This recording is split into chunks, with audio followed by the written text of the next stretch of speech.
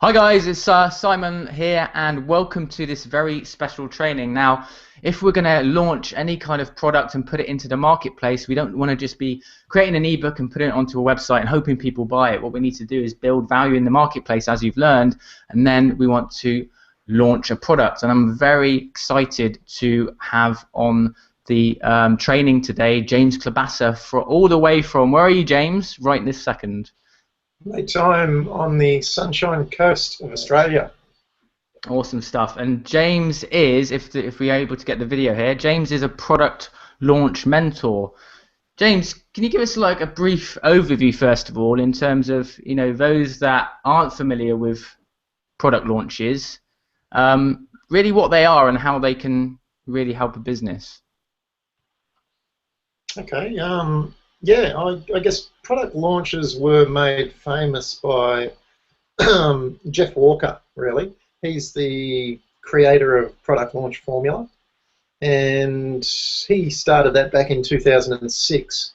It really is it takes the long form sales letter and really turns it into a 3-video series, and I'm sure some of your people would have seen or watched a launch roll out, whether it be in the fitness industry or marketing industry or business software or something along those lines.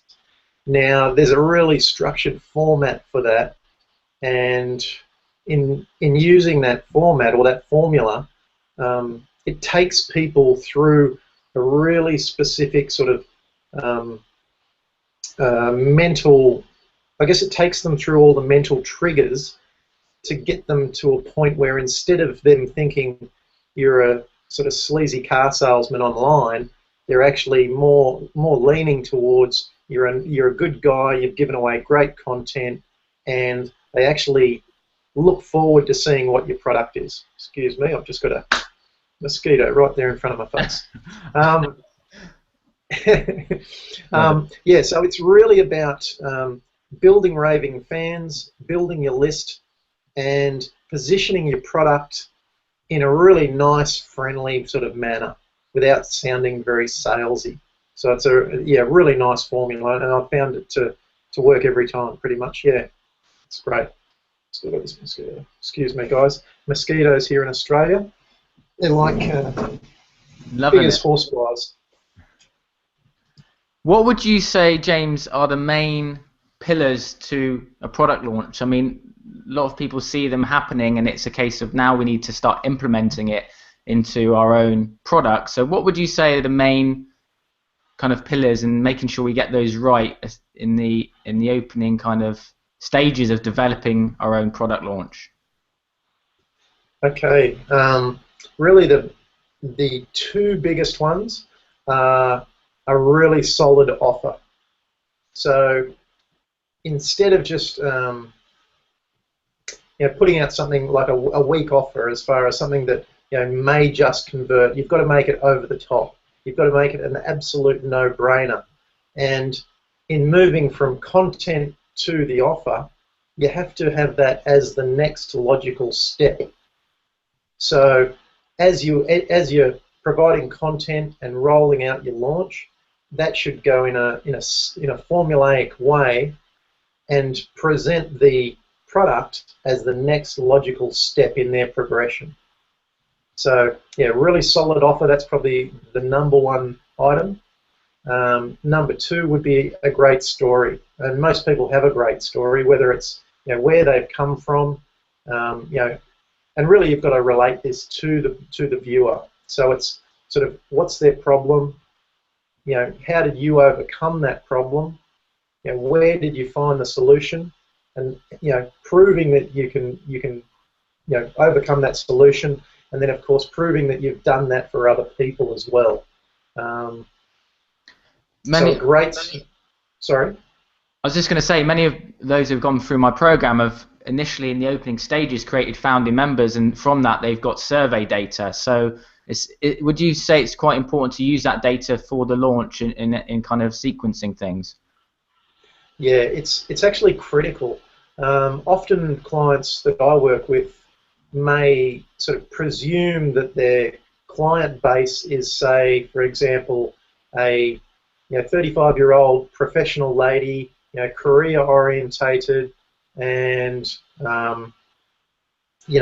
might want a product that's all online, video based, and this sort of thing. Whereas if you take them through a survey and ask the correct questions, you might actually find that that ideal customer is a 44-year-old lady that doesn't want video, she doesn't want anything online, and actually wants an app that is audio-based.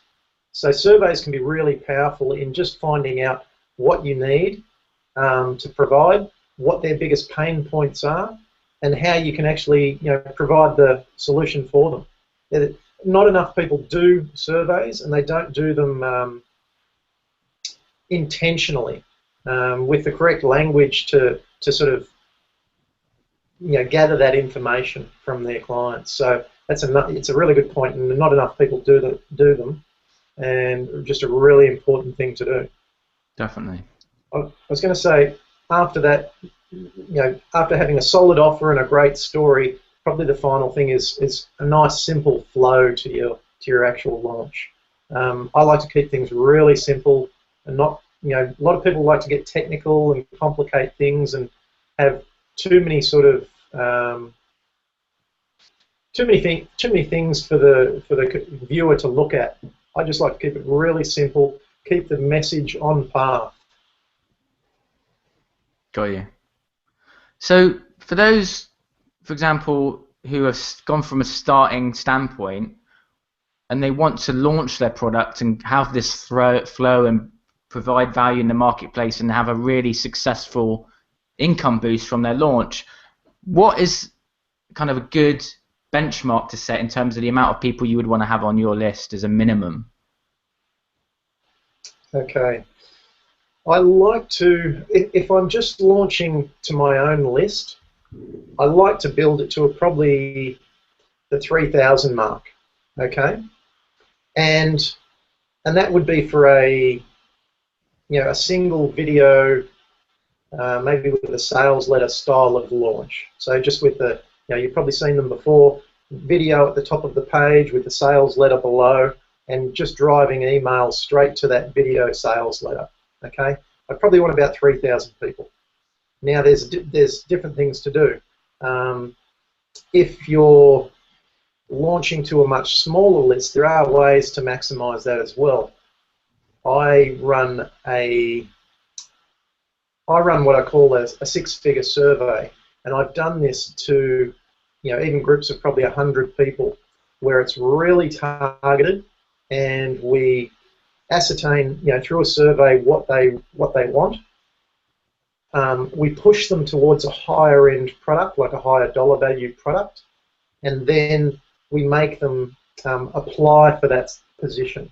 Okay, so it's very structured, sort of from the psychological sort of standpoint, how the messaging's coming through there. But we've run that successfully multiple times to around 100 people and hit six figures most of the time. So that's why I call it the six-figure survey.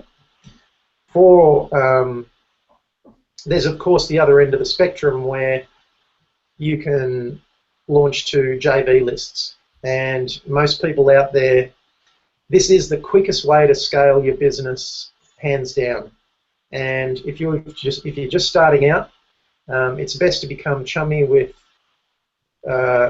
someone in your industry or an aligned industry that has a nice list, and have them mail for you. And I always, that is the way to leverage big launches, and that's how all the big launches that you hear about, the $1 million in a day and all that sort of thing, that's how they're done. They're done through joint venture power, really. You touched on something which was really key, I think, which is building relationships. Just on that, what would you say is a really good starting point for someone that wants to leverage their business? They don't have a joint venture partner at the moment, but they want to build a relationship. What would be a good sequence of introducing yourself and not seeming kind of like you just out to get something? And do you know what I mean? Like how do we not be that annoying person that wants to gain something but actually build a really good relationship and have both parties be happy? Yeah, I think the best way to start is to, and if you're looking to build a larger relationship with someone with a decent sized list, really you should be, um, the best way to go about it is to join their list, buy their product, and actually join their joint venture list and actually start promoting their product for them. And I mean, if you can start selling their product for them, they're going to take some notice. And if you can get some good results selling their product for them, it's going to be the easy in when you contact them via email. And this is another thing. In the online world, not many people actually connect offline. People use email, they're sending Skype messages, all this sort of thing, but no one actually picks up the phone. And it's a really big thing just to keep in the back of your mind that there's a real person sitting behind the computer, and if you can find out where to contact them, you're best off actually getting in contact via the telephone and pick up the telephone, say good day, and form a real relationship, not an email relationship. Definitely. What would you say is like the best in terms of the results you've had with your clients, and obviously you've done kind of multiple kind of big launches with big incomes coming in. What would you say is probably one of the best formulas that you've used consistently that someone could implement into a launch?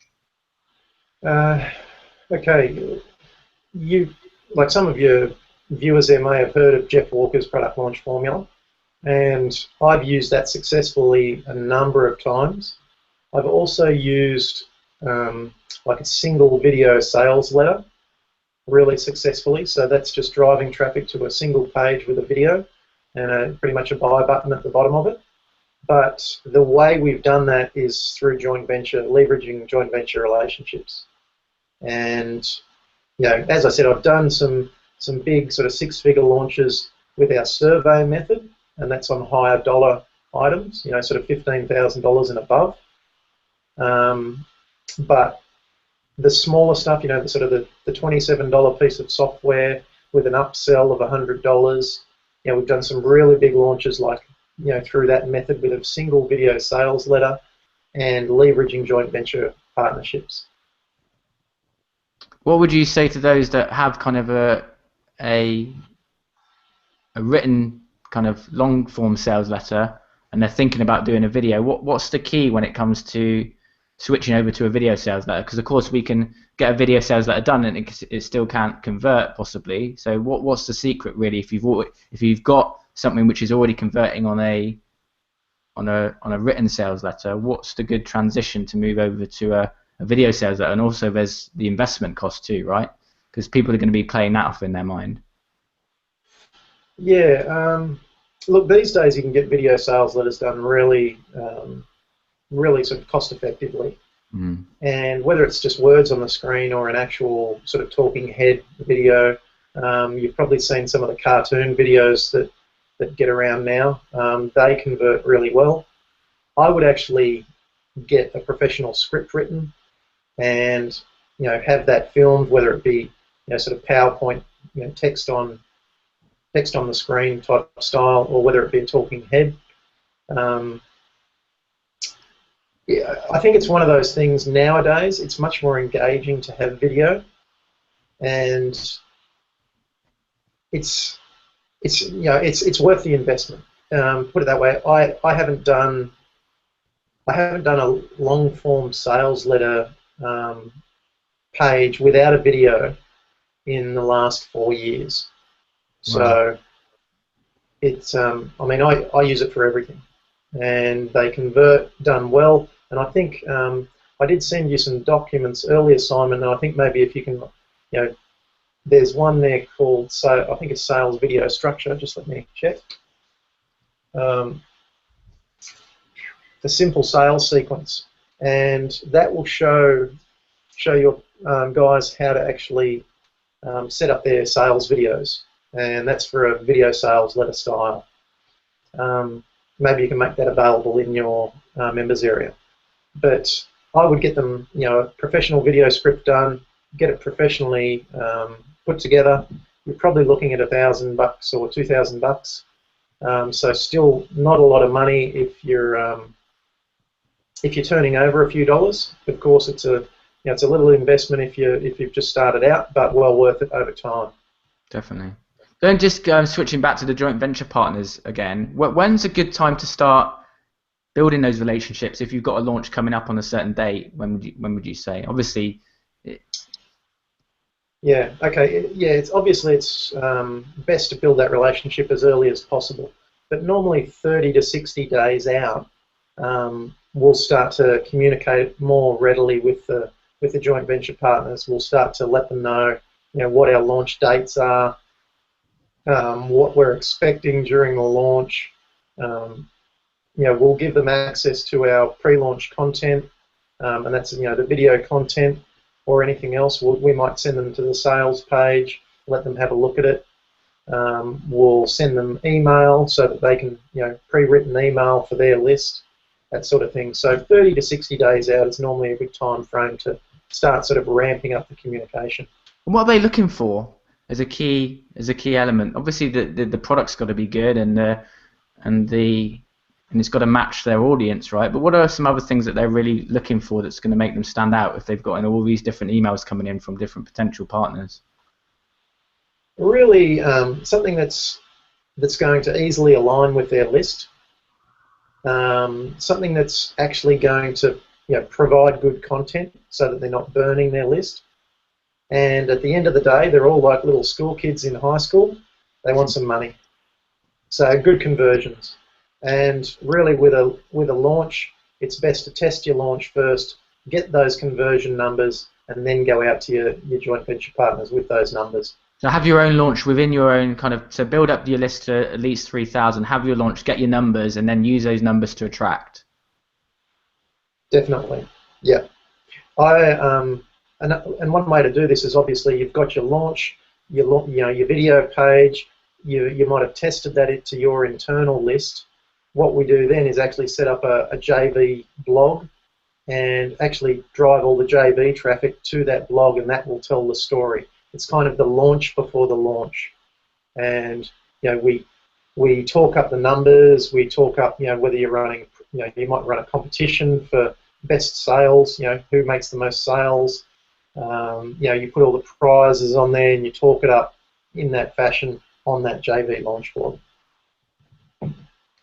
What would be some of your little golden nuggets in terms of boosting sales during a launch? Because I know this is, everyone's kind of looking for those little tweaks that they can make that can have the big changes, right? So there must have been some things in your experience with your clients, and having all this kind of income boost. It's like, well, I knew I did this for that last one, so let's try that again, and I got the same result. So what's been consistent?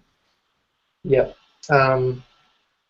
really sticking to the formula and the sequencing. And I think I've also provided you with an email document there about email sequencing.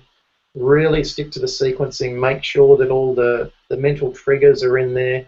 I mean, obviously you've got to have a sales page that's converting, but it's got to have all the right elements as well. It's got to have all that psychological kind of sales jargon in it. It's got to tick all the boxes. It's got to hit their pain points.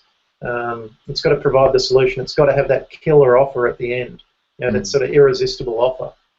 And really just stick to the formula that's out there. And this is actually a funny thing because there's so many people online these days, and yes, there's so many people teaching marketing, and like yourself and myself, we teach our methods, but people try to recreate the wheel.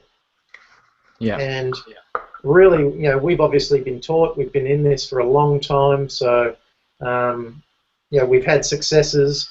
So really, they just need to follow our formula, and it's as simple as that. Yes, there's little tweaks that can happen, but don't try to recreate the wheel. And probably there's a couple of things that I always do in launches. As I said earlier, always leverage joint venture relationships. So leverage their lists as much as possible. Get that big list. That's going to be the telling factor in most launches. Along with that, there's a little trick to sort of email at the very end. Most people after a launch, I mean, we see so much email, and people are often scared by the end of the launch to send another email. And I've been through this experience myself a few years back. There was just so much email being sent during this launch that I was sick of it. And the actual sales result was okay, but it wasn't fantastic. And I almost didn't send the last 2 emails. Now, the last 2 emails are the 12 hours to go and 6 hours to go. We're closing the shop. Okay? Always send the last 2 emails. We actually saw a 50% spike on that launch just from those last 2 emails, and it's all built. It all builds around that scarcity element. So just one of the mental triggers that you have to hit. I teach about promotions and how little decisions you can make can bring big profits. I was out in San Diego and I had a decision. The Super Bowl was on, and I made a decision 2 hours before the Super Bowl to run an offer because it was time sensitive. I ran that email and generated $10,000-$15,000 from that one email, and then what that does then is it puts something in your mind as to these tiny split-second decisions that you can make can radically over the course of a year, because you've got these spikes, or you've got your graph of regular sales coming in, but you've got these spikes through promotions, launches, etc. Those little key decisions can dramatically boost your business. Yeah, I mean, simple things like joint venture competitions. Instead of just asking all your joint venture, all your affiliates to mail for you, actually run a competition on the back end, and have the joint venture partners compete against each other, and have them actually mail more often. It's a good way to get partners to mail more often, not just have them send the sort of the standard 2 or 3 emails. Have them compete. Have some nice prizes. And I know not everyone can afford, Porsches or giving away airline tickets or anything like that, but it doesn't actually take that. It just takes something unusual. We always, we always go for different, prizes. It might be like a pinball machine or a motorized skateboard or something just out of the ordinary that people can say, "Oh, I won this in that JV competition." They've all got iPads now, haven't they? Every man and his dog's probably got 3 of them, as well as a MacBook Air. Yeah, so be a little bit different. Be quirky, be different. On the back end there, talking to your joint venture partners. That's another way just to tip things over the edge a little bit. What about for someone that's... You go, mate. Sorry, carry on. I was just going to say, it's those little things. As long as you've got the formula in place, like I always find, leveraging joint venture relationships is going to be the biggest sort of kickstart you'll ever have in your business. What would you say to those that aren't confident with doing video and the whole, moving to that side of things? Can you still have a successful launch with email to sales page these days? I'd probably tell them to get over it. Yeah. It's really, you don't even have to be on camera these days. You can just have text on camera with an audio overlay. So get over it, guys. Get over it and get some video on your pages. Yeah, 100%. So in terms of, like yourself, you're a launch mentor. What's the kind of numbers that people can be looking at if they've got those kind of joint ventures coming in? And talk about some of your case studies and people that you've worked with that are at a certain place, and maybe they were, wondering, should I do this on my own? Can it be beneficial for me to get a launch mentor and help me, and then what the results at the end of it, because it can be quite dramatic, can't it? And many people watching may not even have known that you could have a mentor do this for you. Yeah, and it's really, I guess it's about knowing what pieces to have in what place. The classic example is one of my first launches after going through the training. And I was paid quite handsomely to to help this guy, and one of my first clients, and we built out the launch. We built out the JV side of things. We had a good following. Everything was lining up. We went all the way through the 3 pieces of content. Excuse me. And we got to the sales page, and the client decided to change the sales page to what he thought would be a good, just a good page. And he actually changed it to a pretty standard sort of website with no call to action. It wasn't a launch page as you would see them today. It was like a standard website. So we'd had this massive build-up beforehand, 3 videos, really good engagement, comments, all of that sort of thing, and then he dropped them onto a normal website, and you could hear the crickets. It was incredible. There was absolutely no sales. Of course, it was sort of out of my hands because this was the client thinking that he knew better. Mm-hmm. There was obviously a little bit of fixing to be done on that, and we managed to regain a little bit of money on that, but it was an absolute disaster. I told him I wasn't going to work with him again. I sent him away, and he chased me down for about 6 months, and I finally worked with him again and said, look, if we do it this time, we're doing it my way. And this is what I talk about with sticking to the formula. We ran the exact same launch with a sales page that was built for that launch, and we did 6 figures. So that's the kind of the difference in sticking to the formula, really, and having someone there that knows what goes next. You can change things on the fly, but change them too far off the formula, and you're in for a lot of trouble. Ever since then, I haven't missed one. Everything's been over 6 figures since then. I've done about, it's going on 8 6-figure launches in the last 4 to 15 months. Actually, that's probably 16 months because we've taken a month or 2 off in between that.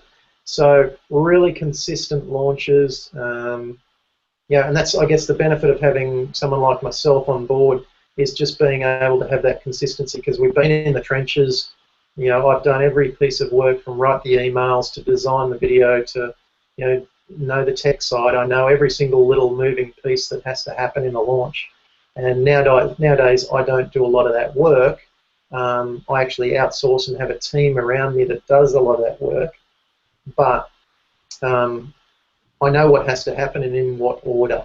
So it's just a really handy thing to have on your team. If you're at the stage where you can afford to have someone like myself come on board, another set of eyes on a launch is a great benefit. Mm.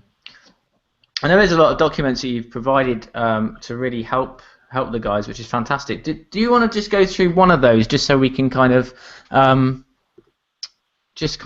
outline a kind of sequence, or is there one particular one that you feel is good to chat about that would be a good kind of educational piece on the training? I think probably the email sequencing one is a good one. Cool. I've provided like a little launch calendar there where we've mapped out a little launch, and that'll give people the idea of sort of when to use like the first video, the second video, third video, and then open the cart and that sort of thing. That'll be handy for them to take a look at. I've provided another one that's actually in the Forex market. That's how we've mapped out a launch. I'm not sure if you can actually see my screen. Maybe I'll hold that up and see if that's... Oh, it's actually not going to show that well. Yeah, the camera's not picking it up. But... Not that good. You can provide that in the members area. But I think if we can just quickly talk through the email plan and the sequencing around that, that might help the guys, because they can use this for single video sales letters. They can use this for 3 and 4 video sales letters, the whole thing. So cool. So we're on the email plan and sequencing document, yeah? Yeah, that's right. Yeah, a lot of leading into a launch, it's really about a lot of the mental triggers that need to be hit, and that's why I bring this document up because early days in the launch, you want to provide a lot of controversy or curiosity into your messaging, just so that people are actually interested in inquiring, and that's a way to get them to either an opt-in page or straight to a sales video. Using that curiosity piece to pull them in. I normally write 2 or 3 pieces, like email pieces, that are around that curiosity and controversy. Depends what the topic is, of course. Mm-hmm. Whether it be a new fad diet, it might be around curiosity, or you might like to go controversy and do something a little bit sort of out of the box, or left of center, to promote them, to push them to a squeeze page. Mm-hmm. Once you start actually pushing people to content videos, it's always good to, you're obviously going to be giving away really good content.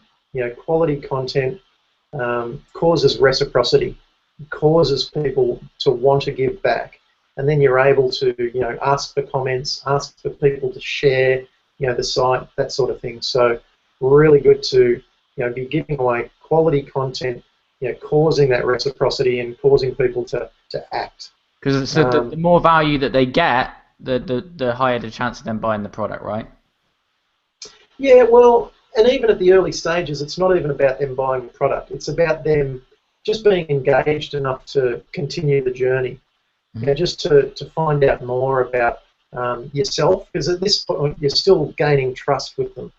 So the product wouldn't even have been mentioned at this point in time. It's more about their problem and how you've found a solution to it. Mm-hmm. From there, you're really looking for social proof. So normally in the first video, the content piece will be around teaching them something. So when you're moving to social proof, it's about people actually implementing something that you've taught, or either that or showing them that it does actually work by providing case studies. And I guess really I should really frame this by saying, in a 3-video sales sequence, the first video is about the opportunity, so what the pain is and what the opportunity is in moving from that pain. Mm-hmm. In the second video, it's about the transformation, so you would show the case studies and the social proof in that second video. It shows that you know your stuff, it shows that you're a masterful teacher, that you're able to make that that transformation in other people. So again, in the middle of your launch sequence, you're wanting to bring up social proof. Now, social proof causes likability. When you're actually being the good guy and teaching people, providing results, you really, you become the authority and the likable piece. You're the good guy on the other end of the video screen. And at about that point, that's where it kind of shifts. And normally in the third piece of content, we would have an ownership piece. And the ownership is really around what it looks like for the viewer to sort of have the result from your product. So again, it's really about authority and likability, and even reciprocity. You give that. You've been giving good content for 2 videos now. In the third video, you become likable, even more likable, and even more trusted. Mm-hmm. You answer questions along the way. Normally in a launch scenario, you'll have areas below the video where you can add comments and that sort of thing. And you've really got to monitor those so that you understand the conversation that's going on in the prospect's mind. So from there, I mean, the third video is normally about answering questions, getting them to see what it's like in the future once they actually own your product. And then the next sort of set of emails will be about the cart opening. And really, that's just it's kind of a, hey, look, We're actually open today. We're going to be there. It's more about giving them details rather than selling. But because by this stage, remember, as we said earlier, this is positioned as the next logical step. So they're actually wanting to see what's next. Mm-hmm. So, the email's more so, okay, 10 a.m. we're opening the cart. You can go and find out what it's all about. And is there a good way to overcome objections, potential objections of them not buying the product? Where would that happen? Really happens in that third video, and sometimes I even like to slip a fourth video in between the third and fourth, so it's kind of a mini video, just answering questions. And that's where, with those comments on the bottom of the video, you can find out what the sort of general feel is. You ask ask the comments at the end of each video, and that's where you'll get all your feedback. People will start asking the question, how much is the product? What about this? What does it work in every country? Can I buy it after dark? Whatever it might be. Will this work on, I can't think of anything off the top of my head, but different devices. Different devices, yeah, whatever it might be, the objections that they come up with.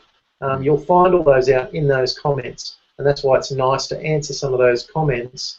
And then would you weave those into the sales letter if you could do? Obviously the video, I mean, you probably would have had the sales letter done at that time, wouldn't you? But you could possibly add it to the sales letter and a Q&A section as well.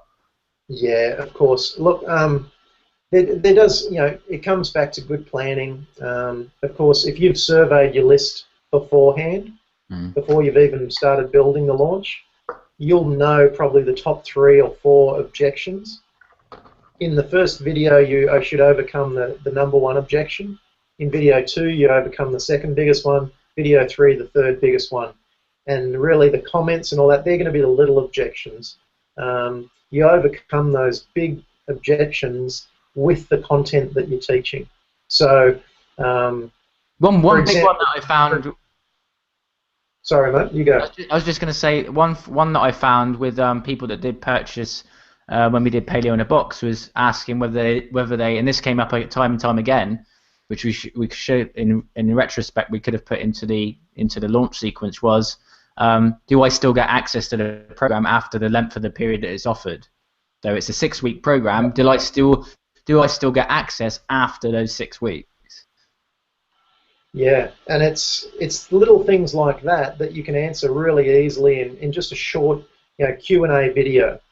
But as I say, if you build out your launch properly and do the survey beforehand, you know the 3 to 5 sort of biggest objections anyway, and you build that into the content. Like in my case, most people say, James, I can't afford you. So because I'm quite at the sort of higher end of what it costs to engage my services, I overcome that by showing them how I create a return on investment in the first month or 2. Mm-hmm. So that overcomes that objection instantly. Mm-hmm. Awesome. So we're now into the we're into the open cart. And so you've now got this. So in this plan, you've got this period in which the cart's open for. In this case, it's 1, 2, 3, 4, 7 days, 7-day launch. Yeah, yeah, and really that's quite a long one. I actually like to keep it to about 5 days, and I think you'll see it actually is 5 days. It's open from day 11 till day 16. That day 18 is actually just a thanks for taking part. But during that 5-day period, you want to be sort of the opening emails are all about sort of urgency, and then sort of the second day in that is about proof of purchases. People are jumping on board. Have a look at what Betty said, or have a look at what Bob said. Giving social proof that people are actually entering the members area and giving good feedback, that sort of thing. The third day, sometimes I like to offer a payment plan. So you might have a $1,000 product. The first 2 days you'll have it at $1,000. In the third day you might offer a payment plan, again looking like the good guy. Brings out that likability factor. So you might offer a payment plan of 3 times $397 or whatever it might be. Do you find any and that sort particular? of thing, as I said, position. Sorry, you go. I was just going to ask, have you found, well, you at the start of the call, the training, we were talking about offers. Have you found any particular good offers, like a percentage off or adding certain bonuses in? What really pulls people and gets people enticed into buying within that 5 or 7 day period? Yeah, always like to have launch bonuses and make it so that towards the end of the launch bonuses actually go away. So on the last day, something bad happens if they don't buy. And that could be interview bonuses, it could be live webinar series training, it could be a group training call, it could be... Could be any number of things, but obviously awesome value. Quality stuff, not just filler content. People these days don't just want content for the sake of content. They want quality, quality sort of stuff that's going to change, bring results, really. If you can create content around that, awesome. If you're just creating content for the sake of filling up a box of CDs, no. Perfect. Just on that one, you mentioned box of CDs. Are you finding many people doing physical stuff now with the, mainly digital realm?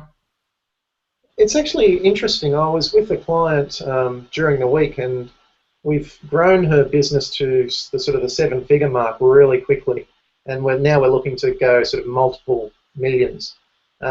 She actually does a physical product, and she's just moved that product to all being on a tablet, so they don't actually need like the physical product. She's got the old binder with, I think there's about 12 CDs, there's a couple of books, and it really is old school, but it works for her target market kind of thing. At what point did you know? At what point did you know that that was the best route to go down? I guess just feedback. She had been selling for a little while, so the product was working in its original format. She's gone to a tablet now, but in surveys we've said, okay, you're going to get a tablet from now on. Would you still like the physical products? And a lot of people are still saying yes. So there are markets that they do want the physical product. Some people find it a lot easier to read a book than sort of flick through a page on an iPad. I personally like to read a book, and I like video to watch online, but I don't particularly like to read online. So there is for most products, I would advise providing sort of PDF, audio, and video content. Hit all modalities. Exactly. Yeah, keeps it easy, and it's not hard to do these days. No. So getting towards the end of those opening emails. Yeah. So after your sort of day 3, and let's just say this is between Monday and Friday. Monday you're all about urgency. Tuesday you're all about proof of purchases, and Wednesday you're onto your payment plan. Thursday and Friday are really building scarcity around the closing. Okay, and you might close Friday night at midnight or whatever. Are you always starting the opening of a cart on a Monday? Not always, but it's easy and it works. I've done lots and lots of launches, and that Monday to Friday routine does work. I've run launches longer. I've had launches start on a Tuesday and finish on a Friday. I've had launches start on a Wednesday and go through to the following Friday. More of a 10 or 11-day launch. But that 5-day period is kind of the optimum. And this is 20 emails after each other, so this is every day for 20 days. Yeah. And I know people would think like, I don't want to do that. Yeah, lots of people say it. You know, clients to me still say.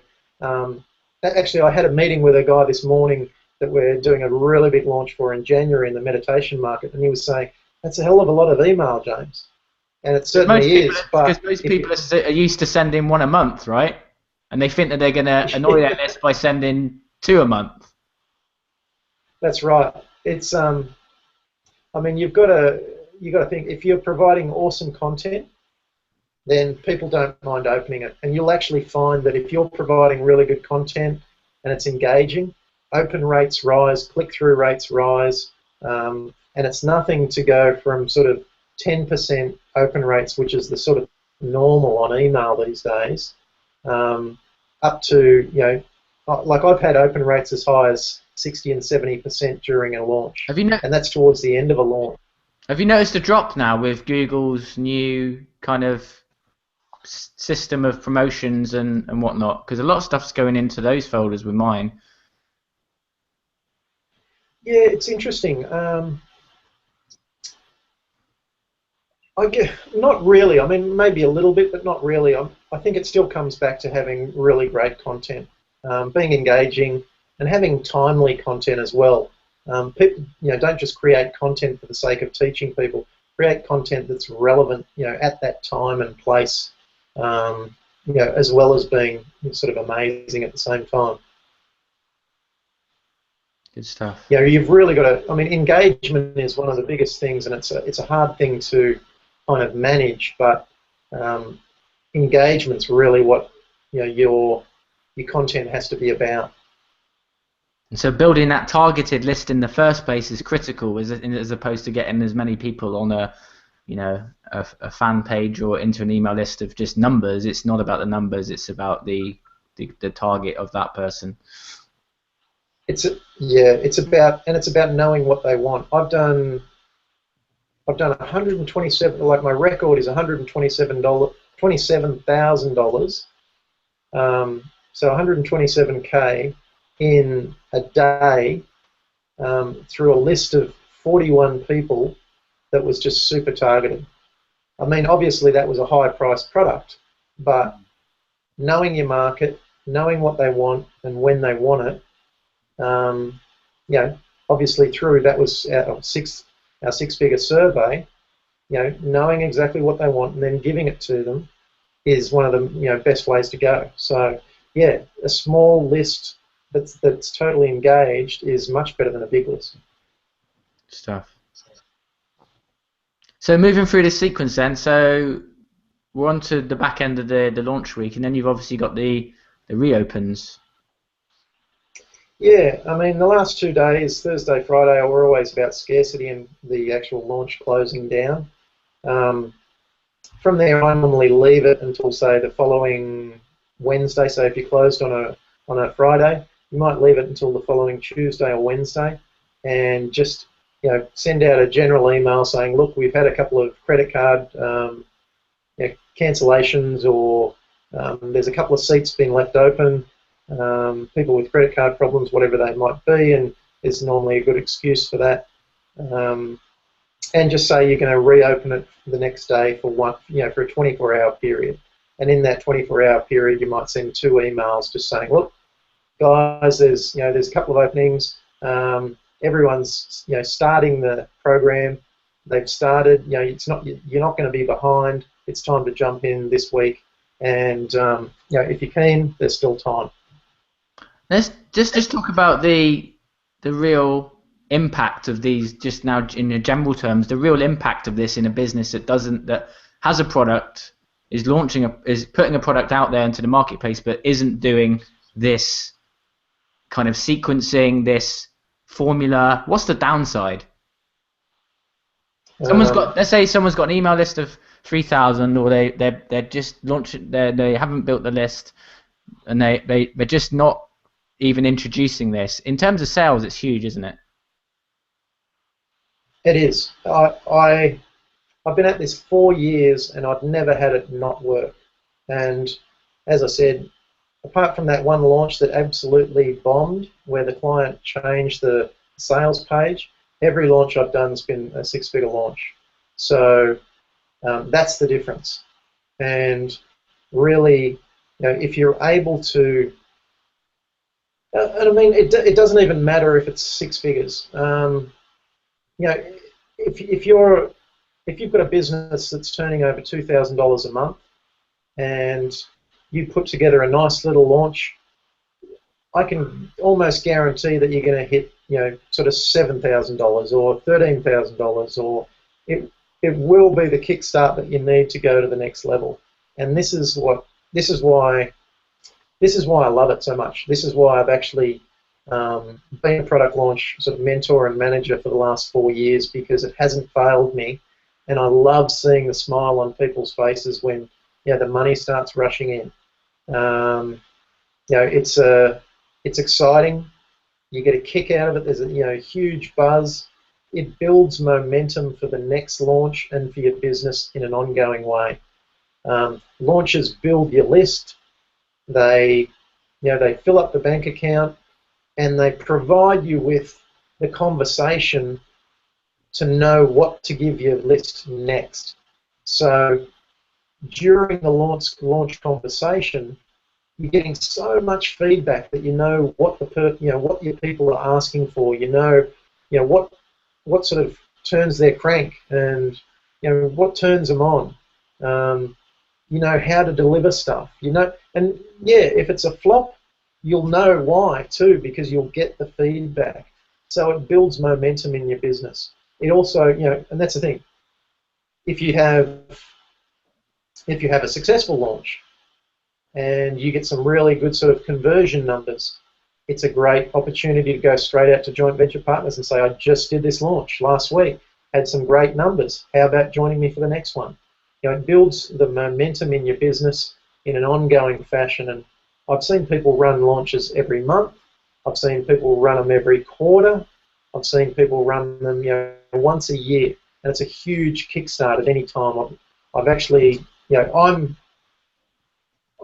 feel quite fortunate to be able to help clients with this knowledge. It's just great fun. When would you relaunch, just out of interest? I know it's probably jumping ahead a little bit for those watching, but I was just came up on my head. Yeah, well, I'll let you in on a little secret. Doing a big launch, and say you have joint venture partners on board, you can actually relaunch to that list, and just to the internal list. You can actually relaunch to them probably 4 weeks later, run the exact same launch through, and you'll get probably a 50% kick of what the initial launch brought in. And that's just a little sneaky trick kind of thing, and you wouldn't think that it would work, but everyone's busy, so not everyone's going to see your launch roll through. But as far as a real sort of relaunch, it depends what the product is, and it depends what market you're in. I like to. I think once a month is probably a little bit too often. I like to see once a quarter. My ideal is probably 3 times a year. Yeah, 3 times a year is is a good one. Plus, you got all your little mini promotions and things that are happening throughout the year that you can run those promotions to too. So, go on. I was just going to say, if you've got a lot of joint venture partners and affiliate partners, I'd probably remove that and bring that down to twice a year, sort of March and September kind of thing. Oh yeah. There can be a huge sort of momentum flow, and if you're launching in March, you actually want to, you got to finish off your program, so it might be an 8 or 12 week program. You let that sort of taper off, and really, you should be out promoting your business. Whether it be doing a speaking circuit or building those joint venture relationships in other ways. James, this is some awesome training you've provided today for the guys. Thank you so much. Who is a really good fit for you, and how can they contact you if they want to get in touch?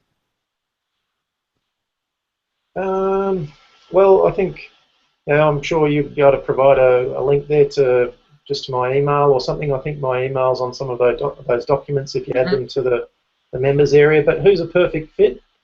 Really, someone looking to go to the next level and that's really serious about their business. I mean, I deal with people and I've taken people from pretty much zero or absolutely zero to $1 million.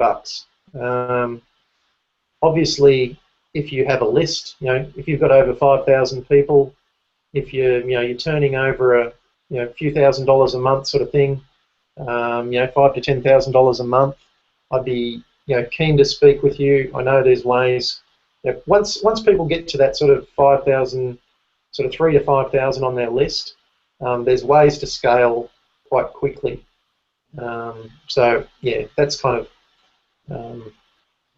that's kind of my ideal. And really, just as the kicker, if you've got a good sort of network of people around you as far as joint venture partners, if you're able to leverage a lot of people to mail for you, I definitely want to hear from you, because there's ways we can really give you a big kickstart. And this is in multiple niches, right? So can you kind of list some of the niches that you've worked in? Because it's not just the big markets, is it? There's some really profitable ones too. Yeah, it's well, I've done real estate, social media, in the financial markets like Forex, so software products, training products. I'm doing a huge one in the meditation market at the moment. Really across all markets. I don't really limit myself. I know some guys concentrate on one market, and I did concentrate in the financial markets for a couple of years, but I've moved away from that, and it's simply because as I've become more of a sort of a mentor rather than an actual done-for-you service, my mentoring has become more formulaic, and I actually, for my clients, I connect them with the right people as far as copywriters, designers, and tech people to get the job done. So there's no need for me to concentrate or focus on one area of copywriting, in one market. I'm able to sort of go across different markets simply because of the team I'm able to bring with me, and just the sheer fact that I've done lots of launches. Good stuff. Well, thank you. I know it's getting late over there, and hopefully you weren't attacked. Well, you weren't attacked by more mosquitoes, but thank you, James, for taking the time today. It's awesome training, and we'll get this up to share. Thank you so much. Yeah, awesome, Simon. Thanks for having me, buddy. And look forward to catching up with you again sometime soon. Take it easy. Have a good evening. Cheers, Simon. Bye-bye.